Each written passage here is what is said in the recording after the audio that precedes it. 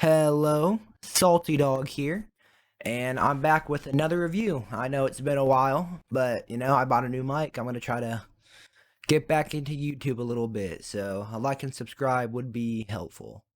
So Jolly Good Cakes and Ale is the newest choice of games game. Full disclosure, I've played Tally Ho, which this is the standalone sequel to, but I don't really remember anything from it.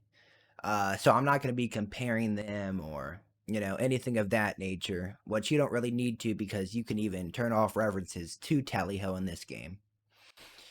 Uh, so in this game, you play as a disgraced aristocrat, and the cool part about playing a disgraced aristocrat is that you get to choose what you did that disgraced yourself. So whether that was getting super drunk or punching somebody at a political rally or stealing a Neolithic axe from a museum, you get to choose what your character did that makes them look frowned upon in society. So I'm glad that they're going to let you role play a little bit. This story has 1.2 million words, which is a lot even for a choice of games produced book. Like that's a lot. That's probably bigger than some like game scripts. So the story starts with you waking up and realizing that your servant left you due to a scandal and the way that you conduct yourself, and that kind of leads into the main plot of the game that starts with you getting a new servant. So you join a social club known as the Noble Gases, and you kind of try to lead them to glory and profitability. And along the way, you meet a few wacky characters like your maid and other members of the club. I will say this game is it's a lot like Tally Ho, so it doesn't really take itself too seriously.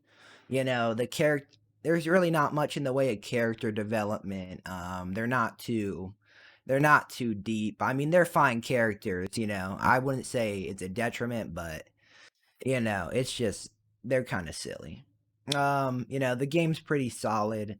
It is $7, but $7 isn't even really that much considering that some games are like $6 and they don't even have half the amount of content. So I mean $7 isn't really that terrible of a price. So I guess how this took me about like 2 to 3, like 2.5 hours my first playthrough. But there's a lot of replayability in this game, mostly just like in the different reactions to what background you choose. You can play different styles. There's different routes you can take. There's just a lot to do in this game, and you're not going to get through it all the first time, especially because it's pretty easy to kind of mess up, like you pick the wrong option.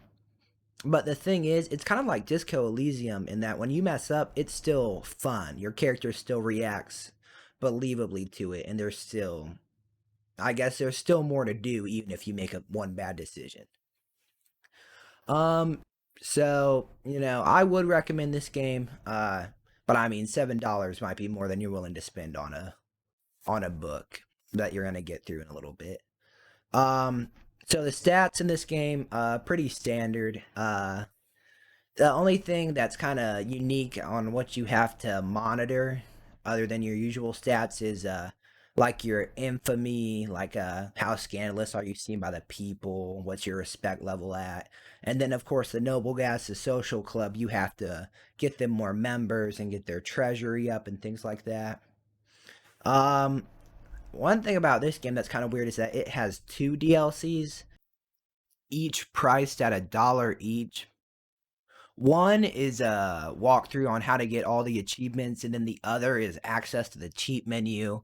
Because, like, in this game, money's kind of a big part of it. So, I guess I can see how cheating you might just want to see, like, all that's in it. But I just thought that was kind of weird. I know they've had stuff like that in other games.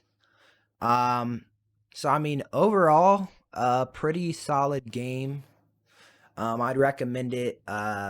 It really wasn't my cup of tea, but if you like Tally Ho, you'll probably like this.